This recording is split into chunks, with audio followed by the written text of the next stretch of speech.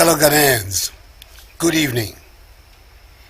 I came into your homes on 17th January to give an account of our COVID-19 situation, a situation which, per available data at the time, was not good. To this end, I appeal to you, my fellow Ghanaians, to help contain the spread of the virus by respecting the protocols government had put in place. The hope was that we would begin to see an improvement in our case count as a result. 2 weeks on from that address, the situation is even worse. As of Friday, 29th January, 64 more people have sadly died over the last 2 weeks, bringing the total number of confirmed deaths to 416. Our hospitalization rates are increasing, with the number of critically ill and severely ill persons now at 172. Our hospitals have become full, and we have had to reactivate our isolation centers. Our average daily rates of infection now stand at 700, compared to 200 2 weeks ago. The total number of active cases has more than doubled, from a little over 1,900 2 weeks ago to 5,358 currently.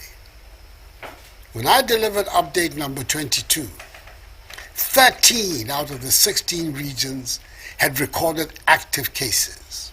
Today, all 16 regions have active cases. Indeed, Greater Accra, Central, Western, Ashanti, Eastern, Upper East, Upper West, Volta, and Northern regions are the hardest hit, accounting for 94% of the total number of active cases.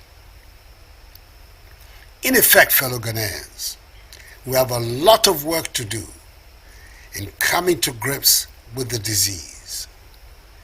Given that recent studies show that the UK and other new variants are being transmitted within the population, we should all understand that our current situation could get very dire if efforts are not made, both on the part of government and by you, the citizenry, to help contain the virus.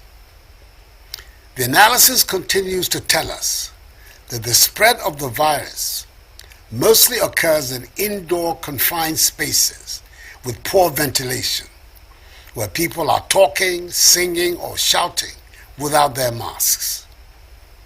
The imposition of restrictions on our daily routines helped in reducing the prevalence of the pandemic in the country, and government has been left with no option but to reintroduce some of these restrictions in order to help save the situation.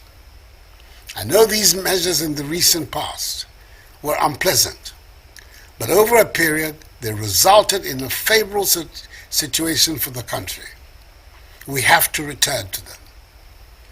So, fellow Ghanaians, until further notice, funerals, weddings, concerts, theatrical performances, and parties are banned. Private burials with no more than 25 people can take place, with the enforcement of the social distancing, hygiene, and mask-wearing protocols. Beaches, nightclubs, cinemas, and pubs continue to be shut. Our borders by land and sea remain closed. All workplaces, public and private, must employ a shift system for workers, in addition to the use of virtual platforms for business or work. Conferences and workshops can take place with all the appropriate protocols. However, I encourage the use of virtual platforms for such engagements. Restaurants should provide takeaway services and should, as much as possible, avoid seated services. The National Sports Authority and the Ghana Football Association should ensure compliance with a 25% capacity rule in our stadia, with spectators respecting the social distancing rule and wearing of masks. To the revered leaders of our religious organizations, that is our churches and mosques, I entreat you to enforce to the letter the protocols relating to attendance, i.e. the 2-hour duration, 1 meter social distancing, mask wearing, use of sanitizers, and the presence of Veronica buckets, liquid soaps, and rolls of tissue paper. I note that since the reopening of our schools 2 weeks ago, we have witnessed only few reports of cases among students. I appeal to school authorities and teachers to enforce the guidelines provided by the Ghana Education Service, and I urge the Ghana Health Service to continue their surveillance at the schools so we can contain any reported cases. As we step up public education and enforcement of the protocols of public gatherings, let me also state that regulatory agencies will undertake random checks to ensure conformity with these rules, and the security services will be tasked to enforce them. You do not have to be arrested by the police before you wear your mask. Your workplace should not be closed for non-conformity with the protocols. If there's no urgent reason for you to be outside, please stay at home. Each one of us can help to contain the spread if we continue to practice the measures of social distancing, washing our hands with soap under running water, refraining from shaking hands, and wearing our masks whenever we leave our homes. These measures must be respected by all.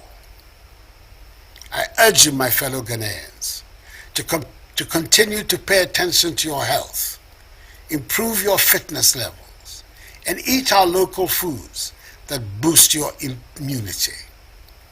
Should you at any time feel unwell or exhibit the most common symptoms of COVID-19, such as fever, dry cough, tiredness, please report to the nearest health facility and get tested.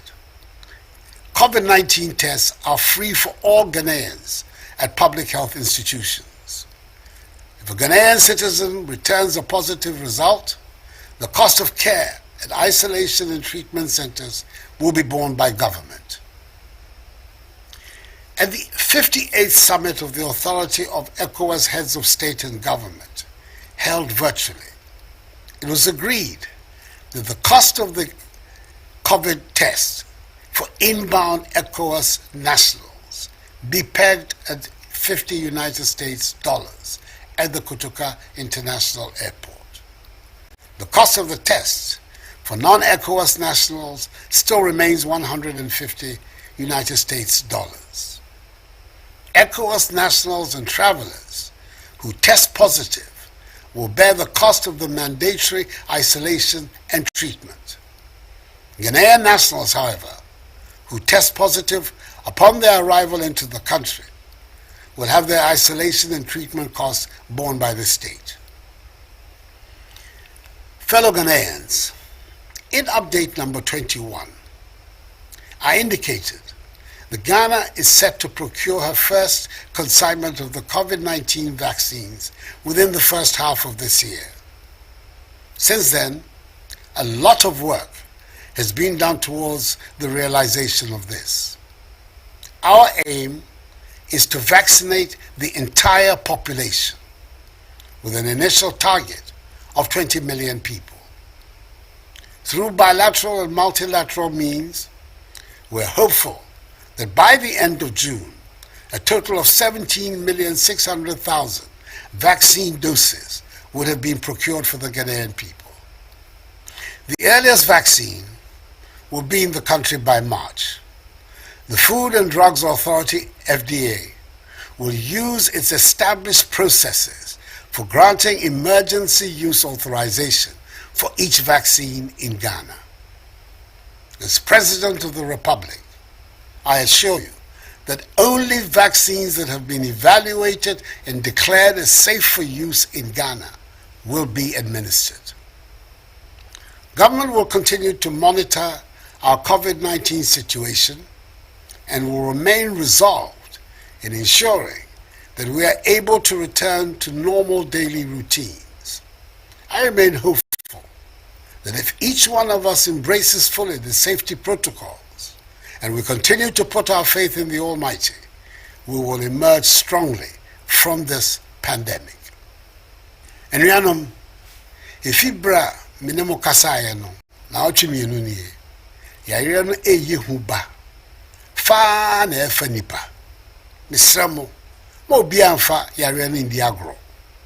Mundi sise no so, ni titiriu, mo se mas no, eno ene beboye.